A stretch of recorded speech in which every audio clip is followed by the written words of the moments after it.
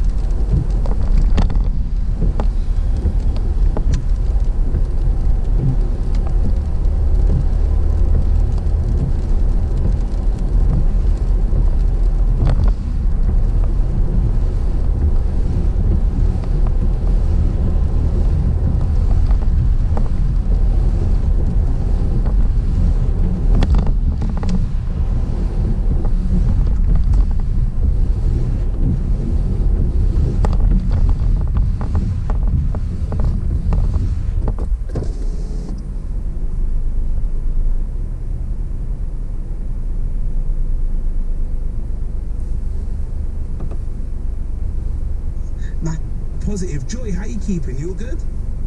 Hi, Owen. Hey, what's going on? I'd like to ask you a question first and foremost. Okay. On a day like this, that a wonderful, strong, beautiful black woman has had her life almost taken out. Yes. To try and balance with goodness, I think that's insulting.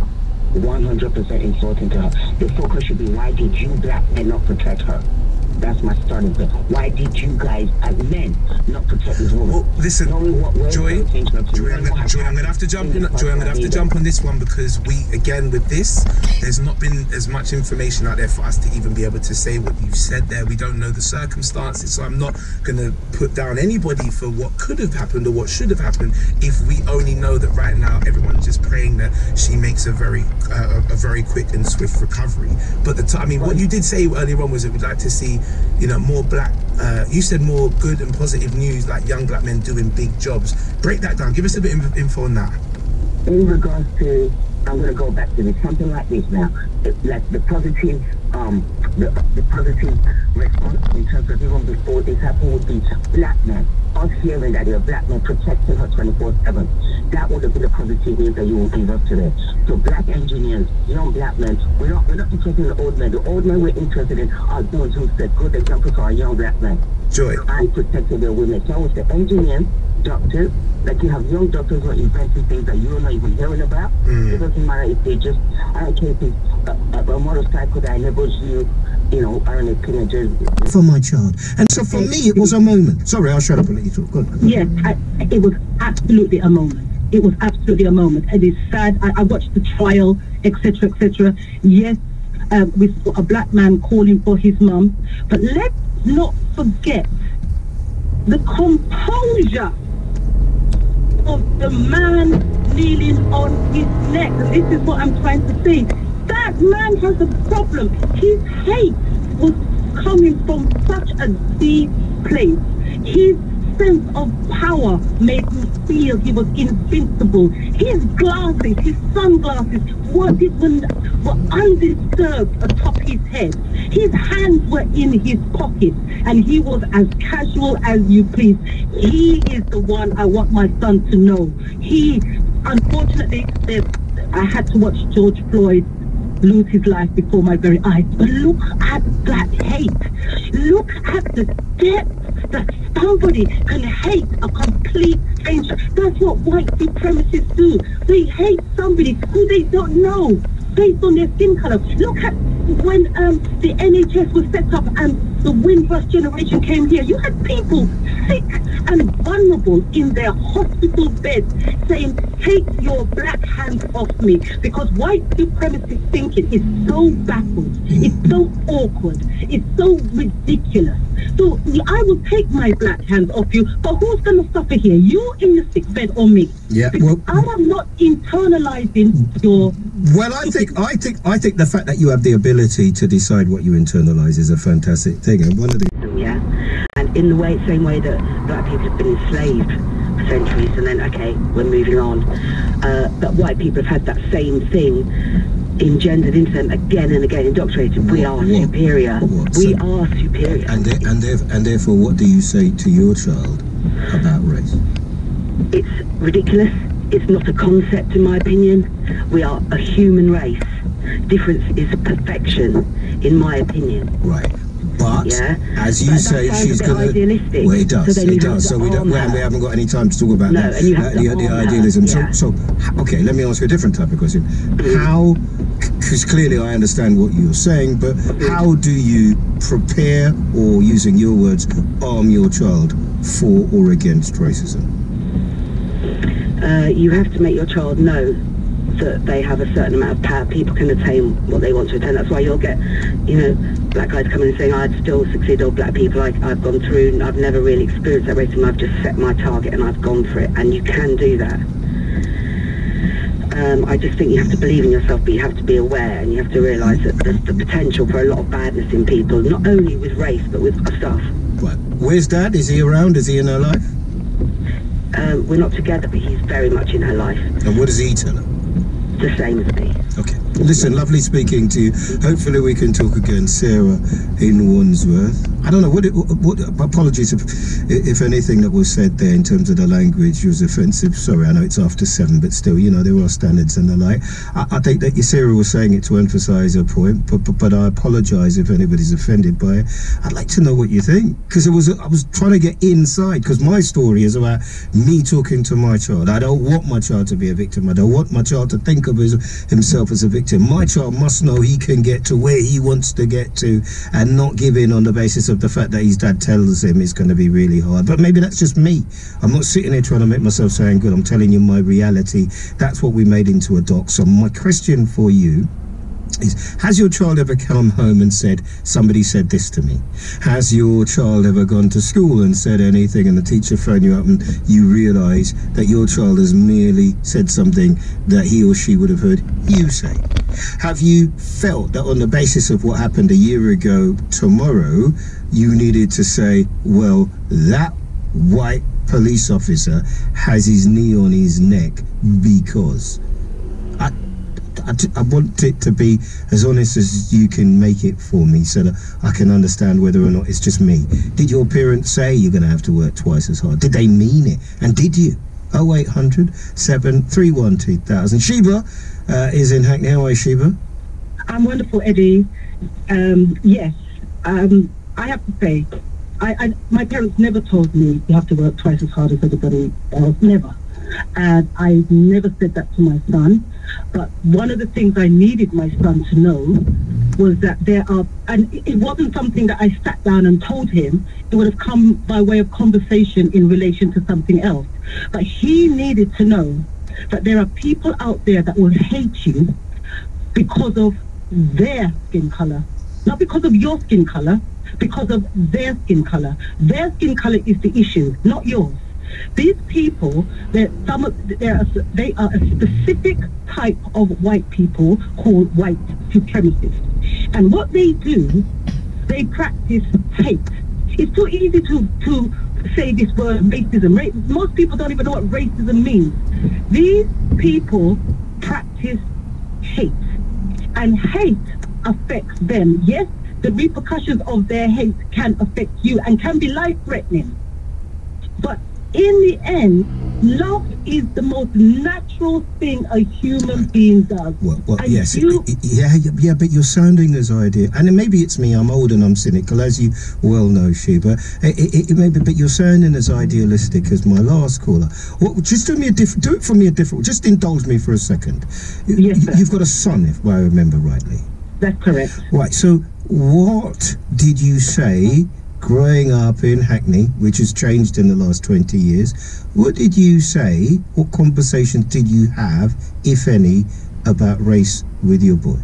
I just told you what I said by way of issues that might come up. I did not ever sit my son down and tell him that you have to work hard, that people will hate you because of your skin color. I thought you were talking about what your parents said to you. Sorry. My parents never said that to me.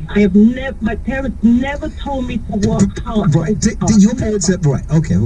Do you accept that your parents didn't say it to you, but in, I don't know, 999 out of 1,000 people I speak to of color, black people, they say to me that's what their parents said to them. I'm sure you've had conversations where people have said to you that's what their parents said to them, right? Of course. Most black parents, many black parents tell their children that, but then you become the issue.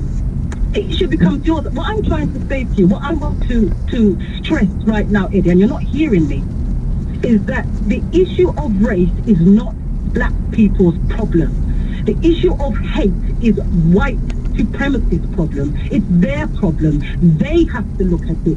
They have to deal with it. So my son knows that if he goes out, he can be a victim of those type of people, which means that when he buck up on racism, he doesn't internalize it. He knows it's that person's problem. This is what we need to tell young people. So I am listening to you. I think you know I'm listening to you. I know you're listening. But here's the thing, right? If your child, I've got a panel of people who, and I'm winding you up so that we can get some good reaction with them, is that your child, if your child is going for a job, or your child is going for an exam, or your child is in a position where the person is using some kind of prejudice and discrimination against them, and in a position of power. I think that was the point that Darren was making earlier on. Then you can't just ignore it. You can't just brush it off, because it affects what you earn, how long you're there, whether you get promoted, what types of gigs you get while you're at the job. It does impact, and that is why I feel that parents like mine were saying, yeah, it's not good enough to be the same as the guy next to you. You're going to have to be even better. No, it's a reality that you're going to bump into, but do you internalize the problem as yours? It's a reality. That's what you're up against, but the problem isn't yours, it's theirs. Don't internalize it. No, woe is me, I'm black. Woe is them, they're white and ignorant. Well, I will find a way. I will find a way. He will find a way. But not everybody does, Sheba. Not everybody does. And that, but you know, whether you tell them to work twice as hard or not everybody does. What I'm trying to say is, as you go about your life, don't internalize it as your problem. I don't know, right, so here's where I think there is a disconnect, right? That I'm not sure that internalizing any kind of trauma is a decision that you consciously make. So when I sat here, and let me just talk about me for a second, because you would have heard me say this before, Sheba, and I watched every single angle and footage every day. It was like trauma porn. It was like, I watched him die. I've seen George Floyd die 500 times. And so what you're talking about, I don't have a choice about how I feel. I'm doing a show, sometimes I'm laughing, and inside I'm crying because on the two screens I'm watching this man die again. So when my child sees it as an 11-year-old and talks to his mum, and if you watch the documentary or listen to it, you see they came into my house and I watched my wife crying, because my wife said, I realized at that point that I was going to have a conversation with my child. I'm still doing parcel tongue with him. I'm still, you know, I'm not. I see people raise their children with 140-pound trainers when they're 12 and they're trying to be ultra men and they're trying to. I don't want that.